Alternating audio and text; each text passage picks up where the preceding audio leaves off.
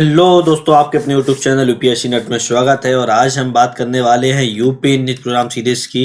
UP NEET programme की हम series की बात करेंगे कि आज इंपॉर्टेंट जो करंट अफेयर्स है, मोस्ट इंपॉर्टेंट करंट अफेयर सुर्खियों में कौन सी रही है और इसका क्या लक्ष्य है। तो बात आज करंट अफेयर्स की क्या है कि उत्तर प्रदेश में लागू होगी कबाड़ नीति। कौन सी नीति? कबाड़ नीति, जो केंद्र सरकार के तर्ज पर ही उत्तर प्रदेश में भी लागू हो चुकी है। सेंट्रल जो गवर्नमेंट ने लागू की थी उसके तर्ज पर ही यूपी में लागू हो चुकी है। आप देख सकते हैं, ये सिर्फ एक गाड़ी का डेमो है कि मतलब ये फोटो है जो एक गाड़ी की है कि सिर्फ कार की, लेकिन चाहे बाइक हो, कार हो, ठेला हो, पिकअप हो, मतलब जो कोई भी गाड़ी हो, चाहे लोडर हो, कोई भी वाहन हो, उसको अगर एक समय के बाद अगर उसको कबाड़ में उसको कटवाना पड़ेगा। ठीक है, तो करंट अफेयर्स की बात करने से पहले दोस्तों, अगर चैनल पर अगर आप लोग नए हैं, चैनल को सब्सक्राइब कीजिए, वीडियो पसंद आए लाइक कीजिए, बेल के बटन दबा लीजिए, आने वाली वीडियो का आपको नोटिफिकेशन मिलता रहेगा, जिससे कि आपके सब्सक्राइब से दोस्तों मुझे मोटिवेशन मिलता है और मैं आपके लिए नई करंट अफेयर्स वीडियो और अच्छे से अच्छी लाने की पूरी कोशिश करते हैं। कि उत्तर प्रदेश में लागू होगी कबाड़ नीति। ठीक है, चर्चा में क्यों है, इसके प्रमुख बिंदु क्या हैं, इस दोनों की बात की जाएगी। दोनों की बात करने से पहले दोस्तों, आप लोगों के लिए एक नोटिफिकेशन है, बता दूं कि हमारी इन न्यूज प्रोग्राम सीरीज 3 जगह पे चल रही है, यूपी, उत्तराखंड और एमपी।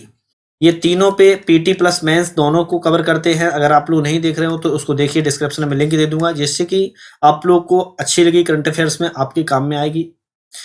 ठीक है, तो अपनी अब बात करते हैं चर्चा में क्यों है। चर्चा में बात करेंगे, चर्चा में न्यूज क्यों है, उत्तर प्रदेश कबाड़ नीति है। तो 28 मार्च 2023 को उत्तर प्रदेश के परिवहन आयुक्त चंद्रभूषण सिंह ने, किसने? उत्तर प्रदेश के परिवहन आयुक्त जो चंद्रभूषण सिंह जी हैं, उन्होंने बताया कि राज्य परिवहन विभागों ने भारत सरकार के इस्पात मंत्रालय के मानक को आधार बनाकर, किसके? भारत सरकार ने जो मानक तय किए थे उसको ही आधार बनाकर कबाड़ नीति, कौन सी नीति? कबाड़ नीति लागू करने का प्रस्ताव बनाकर शासन को भेज दिया गया है, जिसके तहत राज्य में 1 अप्रैल से कबाड़ नीति लागू हो जाएगी। कब से? 1 अप्रैल से।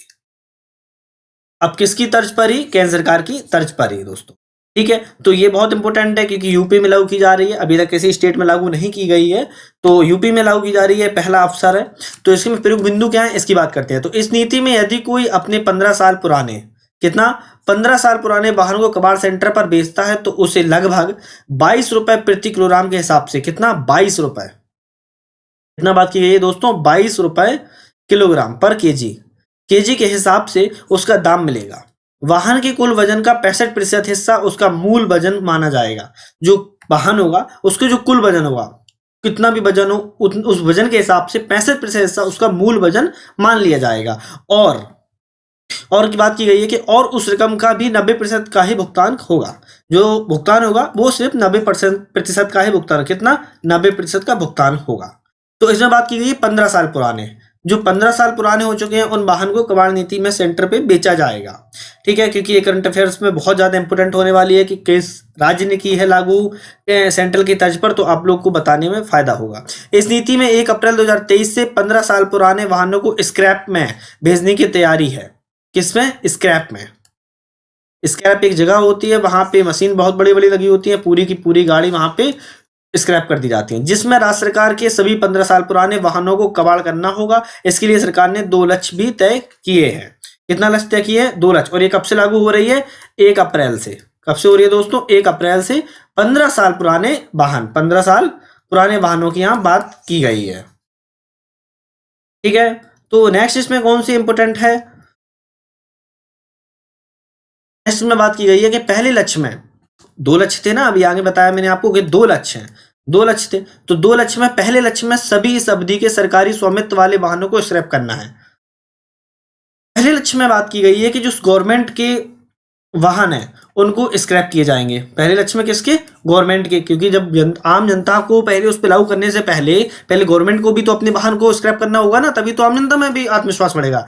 तो सभी सरकारी विभागों, स्थानीय निकायों और उपक्रमों आदि वाहनों को लेना है। दूसरे लक्ष्य में क्या रखा गया है कि जो निजी वाहन है, निजी वाहनों को लाना होगा, जिनके लिए स्वैच्छिक रूप से नीति तय की गई है, यानी वह यदि चाहे तो इस नीति का लाभ उठा सकते हैं। पहली बात की गई है, पहले लक्ष्य में कि गवर्नमेंट को अपने वाहनों को, सरकारी विभाग में जो वाहन है, स्थानीय निकाय के वाहन है, उपक्रमों में जो वाहन लगे हैं, उन सबको स्क्रैपिंग करवाना है जो 15 साल पुराने हो चुके हैं। कब से? 1 अप्रैल से। दूसरी इसमें लक्ष्य की बात की गई है कि जो निजी वाहन है, जो अपने हम आम आदमी के वाहन है, उनकी बात की गई है कि उनको अपने स्वैच्छिक रूप से भी नीति में तय की गई वाहनों को स्क्रैप करवाना है, नहीं तो पकड़े जाओगे तो फिर जुर्माने के साथ स्क्रैप करवाना ही पड़ेगा। ठीक है। नेक्स्ट इसमें क्या बात की गई है, बहुत इंपॉर्टेंट दोस्तों खबर है। विदित है कि केंद्र सरकार के बाद, इसके केंद्र सरकार के बाद उत्तर प्रदेश में भी अब कबाड़ नीति लागू की जा रही है।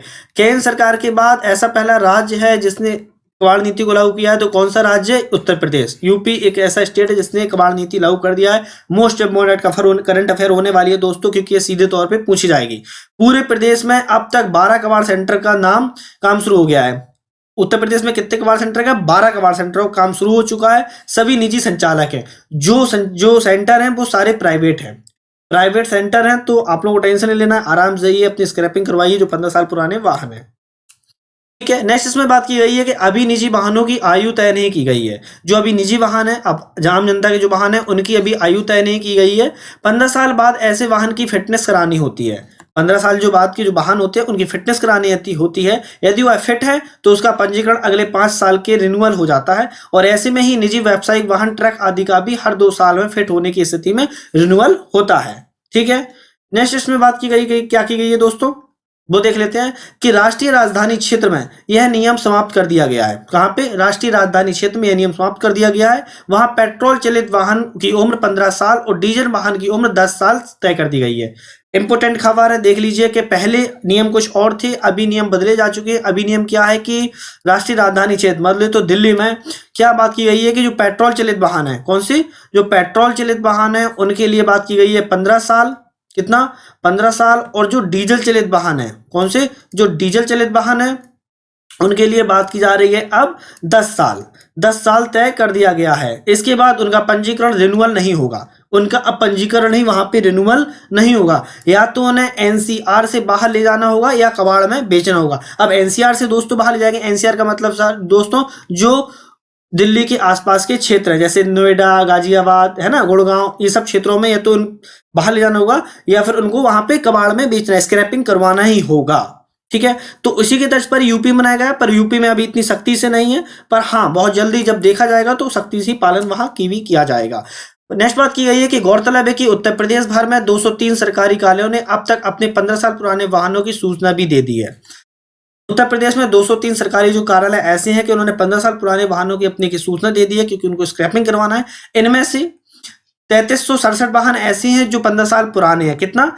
3367 वाहन ऐसे हैं जो 15 साल पुराने हैं। सबसे ज्यादा पुलिस विभाग में ऐसे वाहन है। कहां पे? पुलिस विभाग में ऐसे वाहन है। उत्तर प्रदेश पुलिस के पास कुल 397 वाहन ऐसे हैं। इनमें से 366 वाहन तो 15 साल पुराने ही हैं जो अभी चल रहे हैं, जबकि 31 वाहन 20 साल पुराने, ज्यादा पुराने हैं। जो 31 वाहन है वो 20 साल से भी ज्यादा पुराने हैं। तो दोस्तों सबसे ज्यादा वाहन कहां पे हैं? पुलिस विभाग में। अभी तक कितने विभागों ने के दिए? 203 सरकारी कार्यालयों ने अपनी जानकारी दे दी है। टोटल कितने? 3367 वाहन है। ये डेटा कोई पर पूछा नहीं जाएगा, पर आपको मोटा मोटा आइडिया होना चाहिए कि कैसा क्या है। ठीक है। तो नेक्स्ट इसमें क्या बात की गई है, नेक्स्ट में बात की गई है कि यदि इस नीति में कोई अपनी 15 साल पुरानी बाइक कबाड़ में बेचता है, कौन, किसकी बाइक की बात की जा रही है, यदि कोई अपनी 15 साल पुरानी बाइक को कबाड़ में बेचता है, मतलब स्क्रैपिंग करवाता है, तो उसे लगभग 2500 रुपए मिलेंगे। कितने मिलेंगे दोस्तों? 2500 रुपए।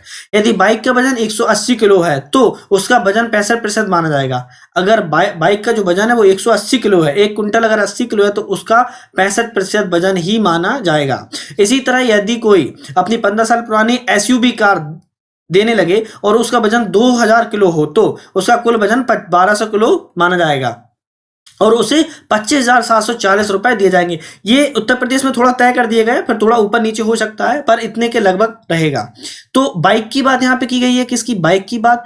बाइक के में क्या है कि अगर वो 180 किलो से कम है, 180 किलो से कम है तो उसकी वैल्यू 2500 रुपए ही रहेगी। लेकिन अगर बाइक 180 किलो से ज्यादा है, कितना 180 किलो से ज्यादा है तो इसका 65% ही माना जाएगा। कितना माना जाएगा? 65%। और अगर कोई एसयूवी कार अपनी देता है, एसयूवी कार देता है और उसका वजन अगर 2000 किलो है, कितना 2000 किलो है, तो उसका कुल वजन 1200 किलो माना जाएगा। कितना? 1200 किलो माना जाएगा और उसको 25,740 रुपए दिए जाएंगे।